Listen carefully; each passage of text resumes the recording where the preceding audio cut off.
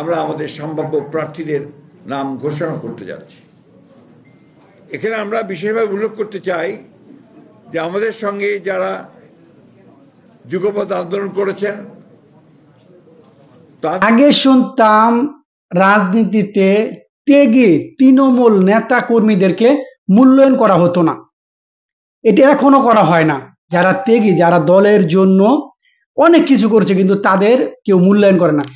এখন বর্তমান পরিস্থিতি দেখা যাইতেছে যে শুধু তৃণমূল নয়, কেন্দ্রীয় সিনিয়র নেতা কর্মীদেরও দলে কোনো মূল্যায়ন করা হচ্ছে না। এটা তাদের জন্য এক দুঃখজনক এবং অপমানজনক ব্যাপার। এবং যাদেরকে প্রাথমিক তালিকা যাদের নাম প্রকাশ করা হইল এবং যাদের নাম বাদ পড়েছে, তারা সাধারণ কোনো নেতা নয়। বিএনপির দূর সময়ে যেই সময় বড় বড় নেতা কর্মীদেরকে খুঁজে পাওয়া যেত না, ওই সময় এই রুহুল কবির রিজভী এই পার্টি অফিসে থাকতেন এবং কার্যালয়ে থাকতেন এবং রাত্র তিনি ওইখানে রাত্রি যাপন করতেন। ওই সকল নেতা কর্মীদের নাম নেই। এবং আমাদের ব্রাহ্মণবাড়িয়ার সকলেরই তো স্বপ্ন ছিল যে এই আগামীতে রুমিন ফারহানা মন্ত্রী হবেন, কিন্তু তার নামও নাই। এটা তাদের জন্য একটা অপমান। এবং মনির খান পাইলো না টিকিট, আশিক আকবর পাইলো না, বেবি নাজদিন পাইলো না, এবং অনেকে যারা প্রত্যাশিত ছিলেন। গয়েশচন্দ্র রায় পাইছেন, কিন্তু তার পুত্রবধূ পাইল না। মির্জা আব্বাস পাইলো, কিন্তু তার স্ত্রী পাইল না। এরকম অনেক সিনিয়র নেতাকর্মীদের নাম প্রাথমিক তালিকায় নেই।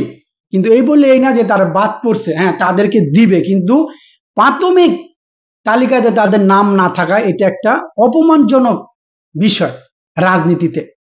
এই রুমিন ফারহানায় টক শুতে যাইয়া জ্বর তুলতেন, আগুন যারা বক্তব্য দিতেন, আজকে তার নাম নাই। আসন্ন জাতীয় সংসদ নির্বাচনে দলীয় মনোনয়ন চেয়ে প্রচারণার মাঠে ছিলেন বিএনপি বেশ কয়েকজন সিনিয়র নেতা। নিজ নিজ আসনের নিয়মিত গণসংযোগও করে আসছিলেন তারা। কিন্তু দলীয় কৌশলগত কারণে অনেক সিনিয়র নেতাকে মনোনয়ন দেয়া হয়নি। অনেকে আবার দলীয় মনোনয়ন চাননি। গতকাল ৩০০ আসনের মধ্যে ২৩৭টি আসনে দলীয় প্রার্থী ঘোষণা করেছে বিএনপি। বাকি ৬৩টি আসন ফাঁকা রেখেছে দলটি। এসব আসনে শরিক দল ও জোটের প্রার্থীদের জন্য ছেড়ে দেয়া হতে পারে। মনোনয়ন পাননি বিএনপি স্থায়ী কমিটির ৪ নেতা। তারা হলেন ব্যারিস্টার জমির উদ্দিন সরকার, ব্যারিস্টার রফিকুল ইসলাম মিয়া, নজরুল ইসলাম খান, সেলিমা রহমান। দলীয় সূত্রে জানা গেছে, তারা দলীয় মনোনয়ন চাননি।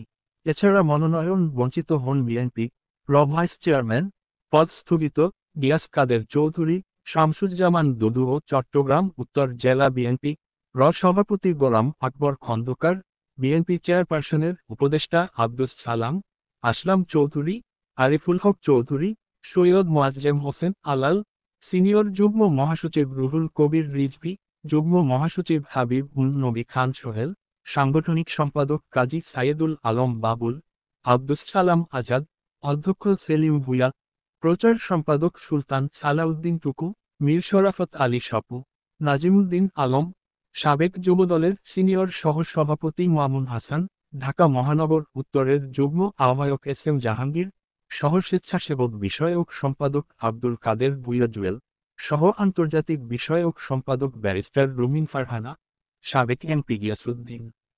বরিশাল -২ আসনের সাবেক সংসদ সদস্য মোয়াজ্জেম হোসেন আলালও মনোনয়ন চেয়ে আসছিলেন। কিন্তু এবারের প্রার্থী তালিকায় তার নাম রাখা হয়নি। ওই আসনে মনোনয়ন পেয়েছেন কেন্দ্রীয় বিএনপি নির্বাহীর সদস্য ও উজিরপুর উপজেলার সভাপতি শরফুদ্দিন আহমেদ শান্তু। এদিকে ২০১৮ সালের নির্বাচনে ঢাকা -৮ আসনে মনোনয়ন পেয়েছিলেন বিএনপি যুগ্ম মহাসচিব হাবিব নবী খান সোহেল। এবার ওই আসন থেকে মনোনয়ন চেয়ে আসছিলেন তিনি, কিন্তু প্রার্থীর তালিকায় তার নাম রাখা হয়নি। ব্রাহ্মণবাড়িয়া -২ সরাইল আশুগঞ্জ আসনে মনোনয়ন চেয়ে আসছিলেন সাবেক এমপি ব্যারিস্টার রুমিন ফারহানা। প্রার্থী তালিকায় তার নাম রাখা হয়নি। ওই আসনটি জোটের প্রার্থীর জন্য ফাঁকা রাখা হয়েছে। সিলেট -১ আসনের মনোনয়ন চেয়ে আসছিলেন আরিফুল হক চৌধুরী। ওই আসনে মনোনয়ন দেয়া হয় খন্দকার আব্দুল মুক্তাদিরকে। চট্টগ্রাম -৪ সীতাকুণ্ড আসনে মনোনয়ন চেয়ে আসছিলেন বিএনপি চেয়ারপারসনের উপদেষ্টা আসলাম চৌধুরী।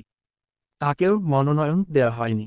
ওই আসনে মনোনয়ন দেয়া হয়েছে চট্টগ্রাম উত্তর জেলা বিএনপি সাবেক যুগ্ম আহ্বায়ক কাজী সালাহউদ্দিন। চট্টগ্রাম -6 রাউজান আসনে মনোনয়ন চেয়ে আসছিলেন গিয়াস কাদের চৌধুরী ও গোলাম আকবর খন্দকার। প্রার্থী তালিকায় ওই দুই নেতাকে রাখা হয়নি। ওই আসনটি ফাঁকা রাখা হয়েছে। ভোলা -4 আসনে মনোনয়ন চেয়ে আসছিলেন সাবেক এমপি নাজিমুদ্দিন আলম। ওই আসনে মনোনয়ন দেয়া হয় যুবদলের কেন্দ্রীয় সাধারণ সম্পাদক নুরুল ইসলাম নয়নকে। মুন্সিগঞ্জ -1 আসনে মনোনয়ন চেয়ে আসছিলেন মীর শরাফত আলী স্বপু। ওই আসনে মনোনয়ন দেয়া হয় শেখ আবদুল্লাহকে। টাঙ্গাইল -5 আসনে মনোনয়ন চেয়ে আসছিলেন বিএনপি প্রচার সম্পাদক সুলতান সালাউদ্দিন টুকু। ওই আসনটি জোটকে ছেড়ে দেওয়ার জন্য ফাঁকা রাখা হয়েছে।